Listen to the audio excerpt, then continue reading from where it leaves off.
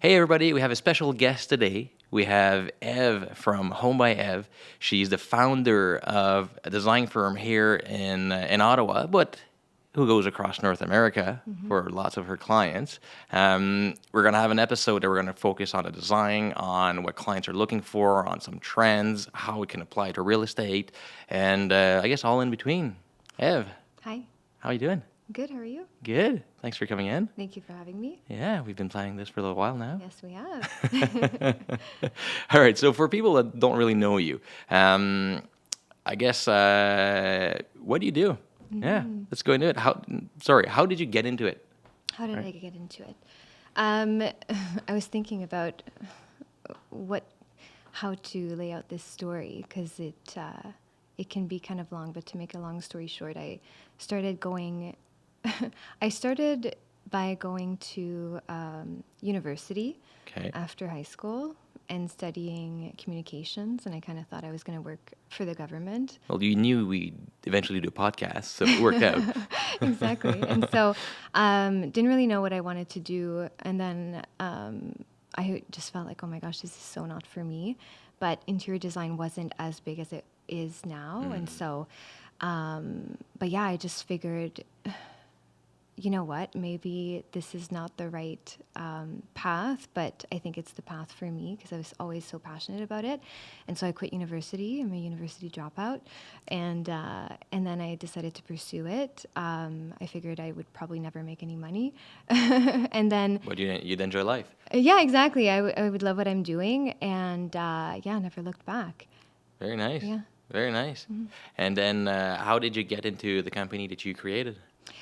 Okay, so after I finished my schooling, where I studied design, I worked at a few jobs, working more on the construction, construction side of things, and then I worked at a design firm where I worked my way up from a junior designer to senior designer, working on projects all over North America. So.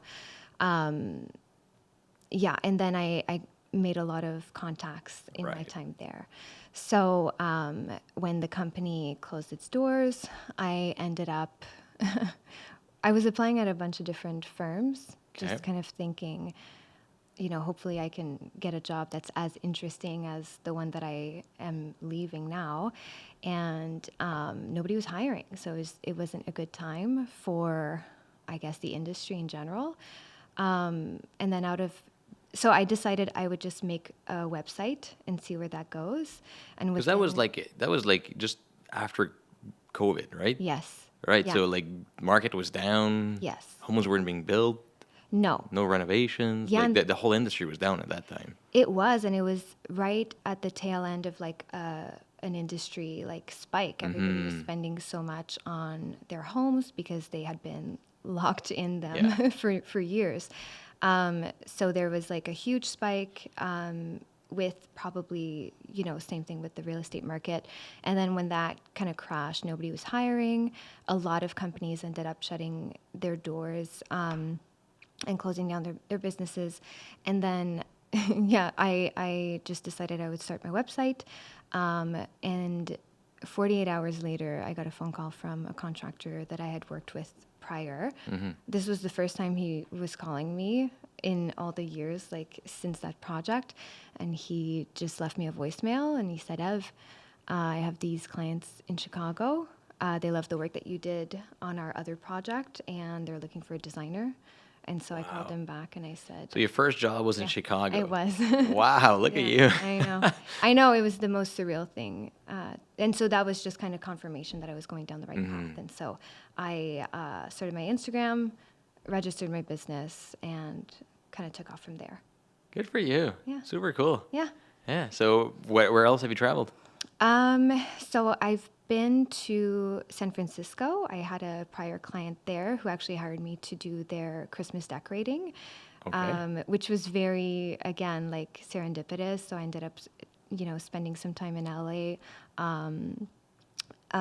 just to kind of vacation there. And then I went and did the Christmas course. decorating. Yeah. And then I have some clients in Florida. Okay. Yeah. and Chicago. So Yeah, kind yeah, of yeah. rotating all the way, all across the U.S. Very nice. Yeah. And how about here? Here, it's mostly local. Right. So we have projects in the city and then a few that are like in the outskirts. So we have a couple in Cumberland. We have a cottage in Rideau Lakes. So like within 2 hours. Okay. Okay. Yeah. Like, so your main, you'll travel, but your main business is more around here. Yeah. Okay. Okay. Okay. Yeah.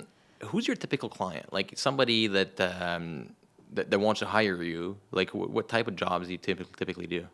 So the typical client is either building a custom home or renovating their entire house. And then typically they will hire me to also do the decorating. So we'll do the renovations or Yeah. the construction, selecting all of the materials, the fixtures, doing all of the lighting and plumbing plans, and then designing all of the millwork. And then we'll also do the decorating, so furnishing, Afterwards. yeah, Right. accessorizing, Okay. etc. Okay. So pretty much all the designs. Yes, yeah. Okay. Everything inside a house that you can see, we select and Right. yeah, curate. Very nice. Very nice. So, yeah, I'm thinking on some of the projects that I've seen, and yeah, there's something that we could do there. Just, What do you mean? well, it's just I worked a lot with builders before. I worked a lot with like I have some clients that are doing Yeah. massive renos, Yeah. right? It's more of a so yeah. So hearing you speak what you do, I'm like, oh, this could apply there. This could apply there, Totally. right? So yeah, yeah. Yeah. I think one of the biggest misconceptions with like what designers do is they think we pick paint. It's so much more than that. Like the packages that we hand off to builders are 70 plus pages long. And so, yeah, there's a lot of decisions to be made and, Right. we get hired on to make all of those decisions. So if you have referrals, I'll give you my business cards. Yeah. Yeah. No, yeah, I think I know how to reach you. Yeah. Yeah, yeah, that's true. But okay, so let's just say, what's their process? So let's say I contact you, building a custom home. Yeah. So I guess we come down with the plans of the house, and then you look into it and try to figure out where we're going to put in there. Yeah, so typically the ideal time to reach out to a designer is like when you're still finalizing architectural plans with your architect, because we typically like to consult on the plans to make sure that, we've allocated enough space for all of the furniture that we plan on putting in there. So we'll allocate a certain amount of time in our scope to consult on the architectural plans. Okay. Once the plans go to permit, then that's when we get to work. So we'll start selecting all of the materials, designing all of the millwork. I typically like to do the entire design, so any hard finish, anything that's attached to the house, I'll do that all at once.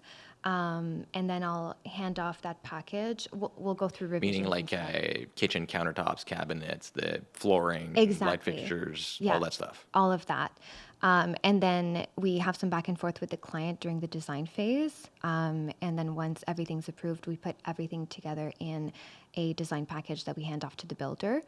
From there, the construction is underway, and so we'll allocate some time for walkthroughs and meetings on site, meetings with trades and that sort of thing, so that we are involved throughout the construction, just to make sure the vision gets implemented the way that it was intended. Right. And then once the house is ready to be moved into, we'll have ordered all of the furniture, and so we're ready to install all of that, and then we style it, and then the clients move in. Interesting. Yeah, I guess it stays a lot of because I always viewed the work as I don't really know what's trendy. I don't really know what's going to go well with this and that. Like I like this, but will this match or stuff like that? Like that's kind of how I viewed it. But now, like the way you're describing it, basically you're doing a lot of the legwork as well. Yes. It's more than design. It's just the planning and coordinating as well.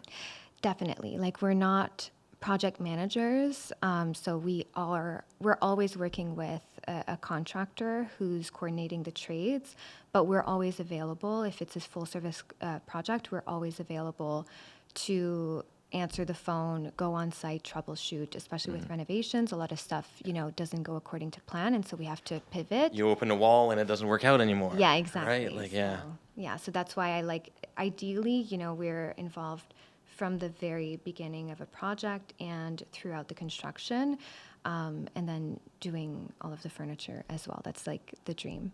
Yeah. Okay. Well, I guess it's easier too, start to finish. Yeah, yeah. And it's better just in terms of getting the full experience for our clients. I find like that's when the clients, because decorating goes a long way too, like, getting a custom home built and you're spending so much money and then you're bringing in your old furniture. Yeah, It just doesn't work. Yeah. I agree. Like I can see this into like when we stage homes, right?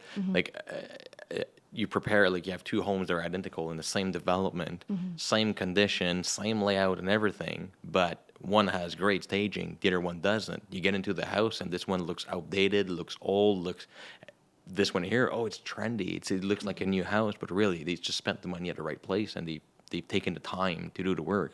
Yeah. Right? So if you're spending a lot of money these days on building a custom home, might as well do the job properly. Exactly. That's also why, like, even if somebody can't afford a designer to do full service design, at least having somebody consult on your selections throughout the process is just gonna. Right. It just makes sure that you're spending your money wisely. No, for sure. And how are you set up? Like you're within the business? Like, is it just you alone? Do you have a team with you? Do you? Yeah, so I have one full-time employee. She Okay. was my right hand when I worked at my old firm. Okay. And she had been helping me as an independent contractor, on top of her full-time job ever since I started the business 2 years ago, because I just found myself like overwhelmed. And she has a different set of like skills. Unbelievable. Yeah, and so Finding that person is key, right? it's amazing, and like. And we've worked together for so long. We've traveled so much together. Like, we just get along great. I'm very lucky to have her. Yeah. Yeah, I get that because I try to always hire somebody that has a different skill than me. Yeah. Right? Like for two reasons. A, my personality, if I'm trying to replicate me, that person is not going to probably want to do the job that I'm asking because Right. it's a different skill, it's a different lifestyle, it's a different everything, right? Like so, at first I wanted the person that was go getter all day long and wanted to do the long hours, but you know what? The positions that I need help with, they mostly value security. So Yeah, true. they have kids, they have families, they value their 9 to 5. They don't want to be called at 9 p.m. They don't want. So I just you have to tailor your I guess hire towards what that person typically wants, right? So if you're trying to replicate yourself as a job that you're not good at or you don't have the skills, like it doesn't make sense. Yeah. Totally. No, and she's just like the yin to my yang. I think that's, or the yang to my yin. I don't know, but yeah, Yeah. she completes me. No, yeah, it's funny you're saying that. I'm like, which one is it? Yeah, Yeah, I know. Like I know the expression, but I'm not sure which one. I it think is. she's probably the yin to my yang. Like, I think I'm probably more like I'm the, entrepreneurial, like Yeah. I'm all over the place. I have Right. ADHD. So she's just, I think a lot of entrepreneurs do. And yeah, she's like steadfast and like, Right. she's very technical. She's getting more and more into the design side as well. Okay. Yeah. And then So it saves you some time, right? Like Yeah. it saves you. So one thing I've learned is like there's a certain number of things that only you can do, and really the money in the business is into these actions, right? So the more that you can be with the client, the more that you can be on site trying or calling, trying to get deals done, stuff like that. That's where the money is. The design phase, spending time on AutoCAD, Yeah. it's really not generating you income, right? Right. The income is the contract that you're getting. Yeah. The AutoCAD part is it's just like a byproduct of once you get that. It's the same thing for us. We have so many paperwork and documents to sign. With like I get the documents, like every single one of them makes sense. We need to get them done, but you're not making money with the document, right? The money comes by selling houses. So my time is better spent selling homes, calling clients, be on the phone with agents than doing paperwork. So that's why we have help at the office to do that. Totally. Right? Yeah. Totally. Yeah. And I feel like the what's great also about like design is that we think, or at least this industry, it comes in waves, and so there's like a selling season. I'm about to enter it now because Okay. nobody's thinking about renovations in the middle of August, so it kind of happens, early fall, once the kids are in school and stuff, and so that's really when I go into like sales mode, and Yeah, then and you know what's a good point? Renovations, they probably tend to happen more during the winter. yes. Like people do the inside work during the winter. Contractors are available. Yeah. Hey, Everybody wants to break ground before winter or as soon as things Christmas. thaw Yeah. in the spring. Oh, okay. Okay. Right? Okay. Like for Yeah. foundation. Depending on what it is. Yeah. Yeah, and so the months that I'm doing most of the selling and lining up projects for the rest of the year are like September, October, and then January, February. And then we're kind of booked up until the next season. Very And so, nice. yeah, Jamie and I work together to Fill up and that collaborate. calendar. Yeah, exactly. And we collaborate on the design stuff, and yeah. Right. Cool. Yeah, I'm just trying to think we have seasons. Never imagined you had one. Yeah. For us, it's like I'd say 60% of our business comes in 4 months, Yeah. March to June, right? Right. And then after that, like it tapers off. We have another boost in the fall, early fall, Right. but it's really cyclical, Yeah. seasonal, right? Yeah. It is, yeah. And I mean, some people, if it's renovations, they'll come in, they'll kind of trickle in because then the breaking ground isn't so much of an issue. And so, yeah, sometimes they'll come in kind of more randomly, but typically people don't want to be in the middle of a renovation during the summer. So, Right. yeah. Okay. Let's just try to do a little something that's closer to real estate. Sure. Okay. Um, a lot of our clients, what they will do, let's just say they buy a house and they plan on, the house is outdated, so they get a deal because of that. They plan on living there with their family, so like it's not a flip, right? But they want to do something that is still going to be okay in 10 years when they sell. Right. Right. So, is there anything that you probably want to avoid or focus on a little bit more, or is that like something that's too out there for you? Like examples of stuff that is just too out there that might be trendy today, but risky long term. I think any trend is risky long term because the definition of a trend is that like it's very, very popular at the moment. And so obviously anything that becomes very popular will eventually no longer be and be associated with that time period. And so my advice would be to stay away from trends as much as possible. It is hard because our tastes are Based on that trend. yeah, like a lot of, even I will, I'll see a designer do something and then it looks so beautiful and it's so like new and unique that I'll be drawn to it. But then if that happens to everybody, then it becomes a trend. So I would say try to stay away from trends to make sure that you're not designing for a specific era, or if you are, that you're taking into account the style and the era of the house. So you can update things without it looking disconnected from the home's architecture. That would be my biggest thing. Right. Yeah. Yeah, that I've seen so many times. So like the worst that you see is somebody that, they're trying to update their home before they sell. They get in there and then the house is completely outdated, right? So then they'll just do the kitchen. Yeah. And then the kitchen is like a beautiful kitchen, but it's an outlier, right? They'll go in, oh, beautiful kitchen, but the rest is still outdated. Or same with the bathroom. Or you pick and choose, and then you start doing some flooring, but just half the house. And then the next year you do another room, but then the flooring you had last year is not available anymore. And then like it's just, so it has to follow the rest of the house. Yes. And I think the best way to do that, like if you're designing somewhat for yourself, but you want your design to to be more or less timeless, I think follow yet like your own personal style. Don't take it to extremes. Like you don't have to paint an entire room red, you Yeah. know, or maybe if you're going to do a trend or something that's a little bit more bold, do it in an accessory as opposed to like hard finishes. Keep the hard finishes more or less neutral.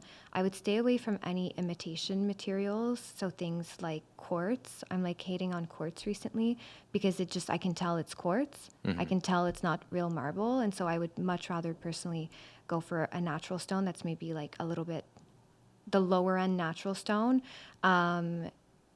rather than Or doing like like a best bang for your buck, for example. exactly, rather than doing like an expensive quartz. You're spending a lot of money on that countertop anyways, and it's an imitation stone. It's not even real. Same with like luxury vinyl plank. Like I would try to stick to natural materials as much as possible. That natural materials are timeless, so that would be Right. my biggest piece of advice. Pick something timeless. Yeah. Okay, so another example. So let's just say I have to do my bathroom, top to bottom, right? Well, it's outdated, right? Sure. So let's just say I have different types of budget. Like you have some people that's like, I just have a couple thousand. Somebody is like, you know what, I'm gonna redo all the big fixtures, but let go the rest. And somebody might just go all out, right? Like what would make most sense to do in these scenarios? So for like a lower budget, I think paint and lighting will kind of give you the biggest bang for your buck. And maybe like the mirror. If you're doing a bathroom, like changing out the mirror, changing out the hardware on your cabinets. You can even paint your cabinet if it's like a color that's outdated. Painting the walls, obviously, changing the shower curtains. There's a lot that you can do with the decorating. So that would be the low budget, like under 1,000, let's say. If you have a little bit more money to spend, then I think the biggest piece would be the vanity. And so there's a lot of pre-made vanities that you can get for a few $1,000s with a natural stone top. Etsy is a great resource for them, but there's a lot of like big box stores that sell them as well. And then you can swap that out, do everything that I mentioned for the low budget option, and then you have like the feel of a brand new bathroom. Right. And then higher end, obviously, you can just replace all of the plumbing fixtures, all of the hard finishes, like tile. If you need to reconfigure the space because the layout functionally just isn't Oh, the space. working. Yeah, that's expensive too. You're redoing your plumbing everywhere, right? Yeah, the most expensive thing to move, I think, is the toilet. And so if you can keep the toilet where it is, everything else is simpler. But yeah, functionally, if it's not working, then maybe it is worth reconfiguring. Yeah. Yeah, And then you're up there in pricing. it is. Yeah. But at the same time, right? It depends. Like, probably not something you want to do if you flip a house. No. But if you have a growing family and just the layout doesn't work, and you're trying to add a cheater door to your master bedroom or your primary bedroom, then like something like that. Like I guess you have no choice but to do it. And instead of adding a full-on bathroom, maybe redesign a little bit. Yeah. And figure a way to do it. Yeah. And it can go such a long way.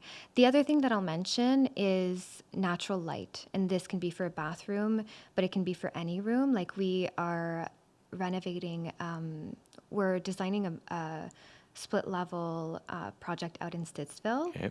And the homeowners are doing everything themselves. He's a big DIYer. He has Okay. a YouTube DIY. Oh, wow. Yeah. Okay. And so we vaulted the ceiling. Obviously, that's like higher budget, and we removed all of the walls, but we added skylights. And I think adding a skylight can completely change the feel of a space. There's So- a big there's a big stigma with skylights. Yeah. Because many of them end up leaking. Yes. All right. So like obviously you get into a room that doesn't have many windows, but you still get the brightness of it. It feels bigger. It feels clearer. It brightens up. It brightens it up. But I have some clients that we go through a home, and they're like, "Oh, skylight, no." For sure, I think it's been associated with like leaking and water damage. I think they've also come a long way, and there's Sure. a lot that you can do with even just the positioning. And this is something that I learned from my client who does a lot of the DIY. When he installed it, he was like, okay, I can do the skylight, but make sure that they're like 4 feet from from the edge of the roof in all the directions. And I think that's just because of where the snow will accumulate and maybe melt. I'm not entirely sure. Right, that makes sense. Yeah. So I And think they've come a it long might way. even make sense like the like the angle of the sun, like if you're facing south, Yeah. north, like you're not going to get the same winds, or like on the south side, Yeah. it'll melt more than on Sure. the north side, right? So, yeah, okay, I could see that. Yeah. Yeah, that makes sense. Yeah. Don't be afraid of skylights. Just get a Yeah. professional to install it. Yeah. Yeah, no, I've seen 30 that leaked, Oh my right? God, yeah. Like there were, I think most of them were builder installed. Like when you bought the home, it was an upgrade, you could do it, and a lot of people are going against it because of that. But obviously, if it doesn't leak, it's a hell of a feature. Yeah. Yeah. Yeah. The other thing, like, so what's the, in the past, I don't know, 10 years, everybody's talking about open concept, right? What do you want in your home? Like every client, oh, it needs to be open concept. It needs to.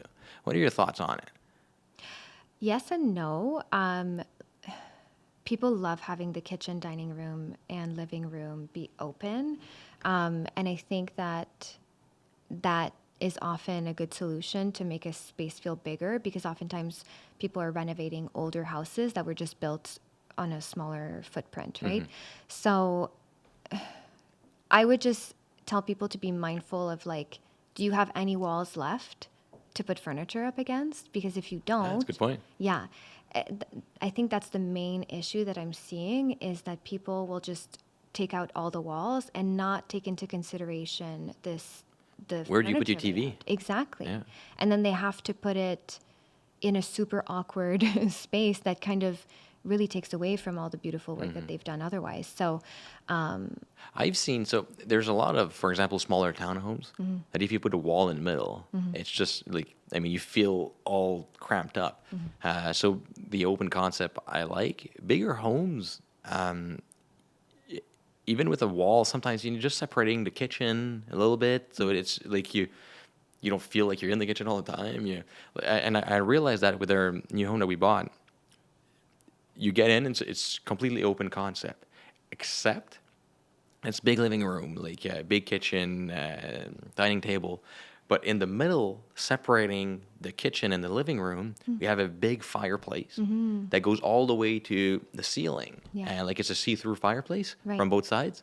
And like beautiful fireplace. But at the beginning when I got there, I'm like, man, it's like it's kind of ruining the space. Like it's in the way, right?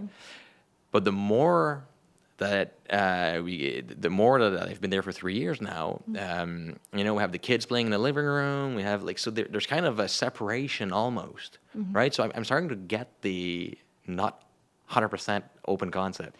yeah, and I think also people, like, you're seeing more and more butler's pantries, right? Where the mess from the kitchen can sort of be maintained or contained in the butler's pantry.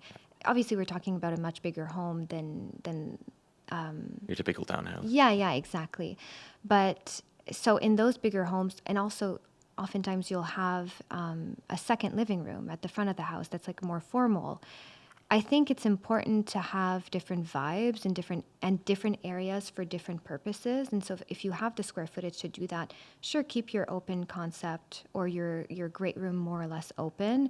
But then also be mindful of incorporating other spaces where maybe you just want to read and you don't want the echo coming from, your kids playing or something. Yeah, I think it's nice to have variety. Makes sense. Yeah. Completely. And 30 years ago. So, because let's just say you go into a neighborhood like Canada or Orleans, or where you have like one neighborhood that was mainly built like 90s, and then across the street, new development, mainly like early 2000, and then 2010 and up, and you completely see the layouts are completely different. Yeah. But so beforehand, you had like big homes, 3,000, 3,500 square feet, and they always had their second living room. Yeah. And it's like it came to a trend that's like, well, it's useless. Like we're not gonna be in two living rooms at once. But you know what? I know some people that do have that second living room now, and once you have kids that are older, they like the second living room, right? They Right. have their own place to play or to do their own thing, watch TV, video games, whatever. You have your own spot. When you have like a toddler running around, you actually probably want smaller homes, so you don't have to run around the house. They're there, right? But Right. eventually, like the second living room is a lot of fun. Yeah. And I think for the newer floor plans, people are opting for a den that can be either a living room or an office Yeah. because working from home is so big now. So that's a big change that I've seen also in like just the way that floor plans are configured. And we're going with like smaller and smaller lots. Like if you see houses that were built in the 60s, the lots were much wider. You had way more room. And so obviously all of those things will impact the architecture Right. and the layout. Yeah, sure. If you have a small lot, like kids are not playing outside as much, right? So having the own separate area makes even more sense. Yeah. Going on a different subject, what kind of, I guess just a myth buster type of thing that most people think that, you know what, you're something in design and this is the way to go 100% of the time, but it's not really the case. Okay, that's a good question. I have to think about this. I feel like one of them is just maybe following trends, like maybe Okay. doing the go-to trend, especially when that trend is the farmhouse style and your house is mid-century. Like, and that was something that we saw a lot with house flippers. They're just trying to make, Right. money quickly and not really taking into consideration the style of the house. So I would say that's a big no-no. Um, and then another thing that I don't love is like gray walls with white trim and white ceilings. I feel like if you're gonna do not quite a white wall, do something a little bit more warm than like a gray. Right. And I would paint the trim and the ceiling and the doors, everything, I would paint it all the same color. As the wall. Yes. Like, obviously not if you have a dark wall, but if you, You could even, if you have a dark wall. yeah, even a dark ceiling, Yes. is there? Really? It's called color drenching. Wow. Yeah. New term I just learned. Yeah. But yeah, like I feel like people don't want a stark white wall, and so they'll go with an off-white, but then they'll keep the trim white.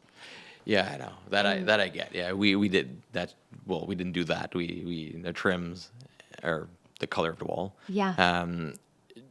One thing I've seen a lot with like even agents recommending colors because a lot of time it's just like going in, it's not a big job. It's just hey, we're repainting for selling. What color? And a lot of agents were light gray, always light gray.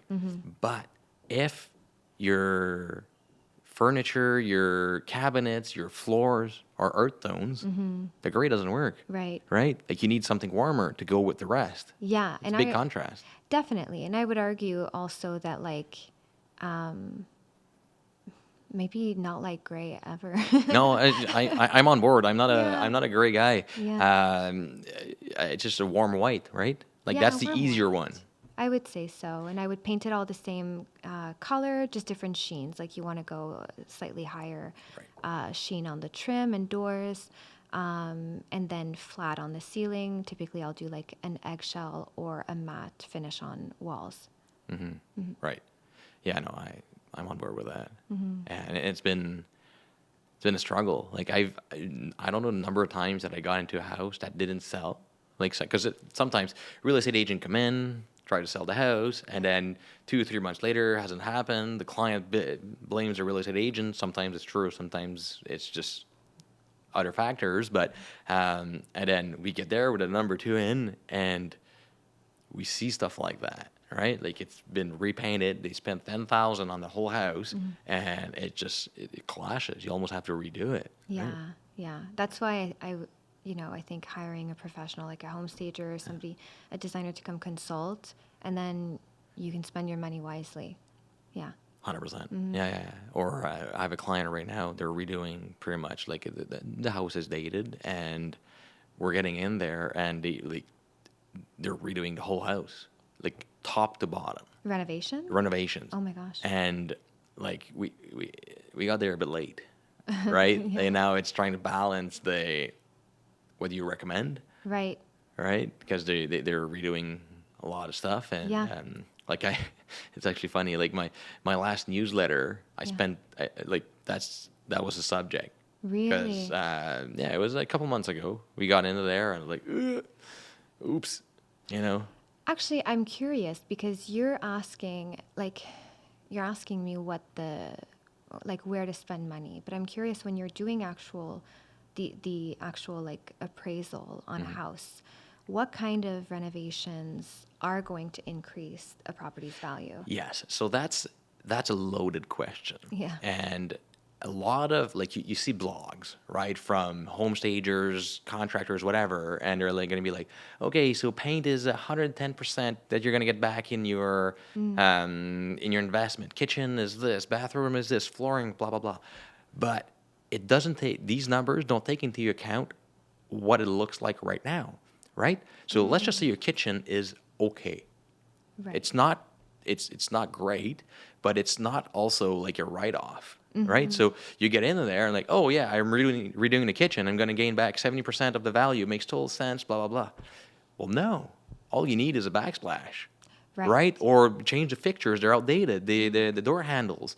You don't need the whole cabinet. So to answer that question as a blanket statement, I think is irresponsible because you might recommend stuff that are not the case, right? It's a you- case by case. Case by case, Yeah. yeah. Like when you were talking about the bathroom earlier, right? You get in there and it's an old bathtub, and the windows, like the glass is all like not rusted, but you can see the marks and it's stained and it's like Yeah. it looks old. It looks Unclean. and you Yeah. can't bring it back. Like like yes, it's expensive, but on this case, it's important to do, right? So Because it'll turn people off it will from turn buying people it. off, Yeah. exactly, right? Right. The easiest one is painting, like you said. Like most of the time, it'll be painting, Okay. depending on what it looks like. Depending, like you get into a bedroom and it's cute. They did it for bright pink for the girl, bright blue for the boy, and on pictures it looks terrible. Like it pops out. It you would do these or somebody like that went on trend for that was there for a week and like the bright red the bright red something like Yeah. stuff like that you redo. I always say you try to appeal to the masses. Yeah. Right, like unless you have like a real cool country property that's very specific into who's your buyer, you're trying to appeal to as many people as possible. So go neutral. Yeah. Go the safe route. Like don't try to reinvent the wheel on your renovation because it's you might like there might be a lot of people that are not going to like it. Right. And if they want something very specific, these types of people, the personalities that they get, they'll probably want to do it themselves anyway. Those are my clients, exactly. Yeah, Yeah, there you yeah. go. Like if they want something very design forward, they're going to spend the money to do it themselves. And actually, I'm the kind of because that's how I am too. I'm the kind of person that I don't know if you remember when I was looking for a house, I didn't want a renovated house. Yeah, Because I was like, yeah. I guarantee you I'm not going to like the renovations. So I don't want to pay for somebody else's renovations that I don't like. Like I would much rather start with a blank slate and pay less and then have more money in the budget to renovate it the way that I want it. Yeah, it makes total sense. Yeah. And we have a lot of clients this way, and a lot of clients that are handy in general, or want to put their footprint. Like they want to say, "I did this," right? Right. Maybe not themselves, but like that was my design, or hiring you, but just that they improved their own home. Like it's something they're proud of. A lot of people just want that. We have some clients that are just looking for the rundowns. Exactly. That's a very different client than the ones that just want something turnkey that they don't have to do anything to. Yes. Yeah. There's actually more of these now. Yeah. That we find. It's just because it got into like a lot of people don't want to do the work, right? So that's why the staging and the renovations that you do during the time that you own the house are more important now, because people will get turned off by stupid stuff. Like you get in and it's just all light fixtures or tapestry. Remove it. Like it's just everything else works. But at the same time, these people, they come in and they're unable to fall in love with the house because of that. Totally. Right? So try to blame that person. Well, he shouldn't. But at the same time, we're in real estate. I don't say we're selling a home. We're selling an emotion, right? Totally. Like I can be the best salesman in the world. If you don't feel it, you're not buying that house. So the small stuff, the trying to be a little bit funky, can turn off the majority of people, even though it doesn't change much. You just remove it or change it. It's a couple $1,000 and it's gone. Right. It's like rather than trying to optimize for the best design, spend your money and concentrate on trying to not turn off people. Yeah, 100%. Because that'll 100%. be more of a decision. Yeah, Like, I always put it, not turning off people is kind of how I put it a lot of times. So, like, I'll show it as an example. Okay, so we have 100 buyers for your home, right? The fact you only have a single car garage in this neighborhood, a typical buyer, 30% are not going to want this house. In here, like some neighborhoods or price range, they don't care. But Sure. what you're selling, our demographic we're selling, 30%. And then you don't have an ensuite, right? So another 25%. So we only have 45 out of 100 buyers that will be interested in your home on a good day, Wow. right? And then we have, well, you need to renovate this, you need to renovate. So we need a buyer that wants a renovation, that is okay with that, right? So now we're reducing the pie or the number of people that are going to go there, or the other way around, right? We're already cut in half, and you did something so unique that's beautiful today, but 50% are not going to like it. So now we're down from 50 to 25, right? So you have to be careful. You with the stuff you control, you're trying to make sure that as many people out of those 50 that are left will actually want to buy your house. totally. Yeah. Yeah, it makes a lot of sense. You have a funny story about design that you've come in, right? You came into the house and like, ugh, or a client is like, hey, I want to do this. And you're like, yeah, no, this is not going to work out. Oh my gosh.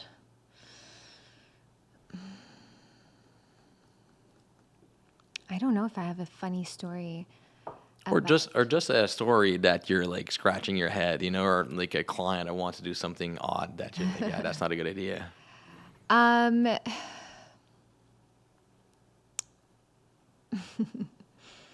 I think this goes kind of hand in hand with what I would recommend people do if they're decorating their house. People will spend a lot of money on everything, and then they'll say, I don't want any drapery. I don't want any curtains. You don't want to go the extra, just a couple $1,000 at the end. Right. And that's the one thing that because it makes such a big impact once you do put them in, but you won't know that until you put them in. But I know that like for us, when we actually do the installation of a house, that's one of the things that like brings it to life and also softens everything, makes it feel cozy. And so, whether you're selling, like that would be a very easy thing to do as staging. So like, let's just say when you present the project, like you come up with designs, will they be on it? Like draperies? Yeah, so typically I'll do the design in one phase ahead of the start of construction, and then I'll do the decorating in another phase closer to the installation, because I don't want to be selecting furniture that might get discontinued in 6 months when we're ready to order. Right. So we time things based on the move-in date when we're talking about decorating and furniture. And so anything that is like drapery would fall under decorating. Okay. So we would present that along with all of the furnishings. Yeah. Okay. Yeah. And there's so many options, like you can get drapery on Amazon. There's a great website that does like semi-custom drapery as well. And I just think it makes such a big difference that's the one thing that I'm like, when people don't want to move forward with it, I think it's such a shame because I know how big of an impact it will Yeah, and it's not like after everything you spent, like that's Yes. not where you're breaking the bank. No. And you can't like there are some good options out there that Yeah. are not that expensive either. Totally. Yeah, totally. I mean, they're not the cheapest, but they are worth their weight in gold, I would say. No, I agree. Yeah. I agree. Yeah. This has been great. Mm-hmm. Ev, if we have some people that want to reach you, how do we do that? I'm on Instagram at Home by Ev. Ev is Yep. spelled EVE. Important. Yes. And then there's a link to my website where they can contact me formally for like a project, or they can send me a DM. Right. Yeah. Okay. That's great. Thanks for coming by. Thank you for having me. Yeah, we'll do that again. Yeah, definitely. All right. Talk soon. Thanks. Bye.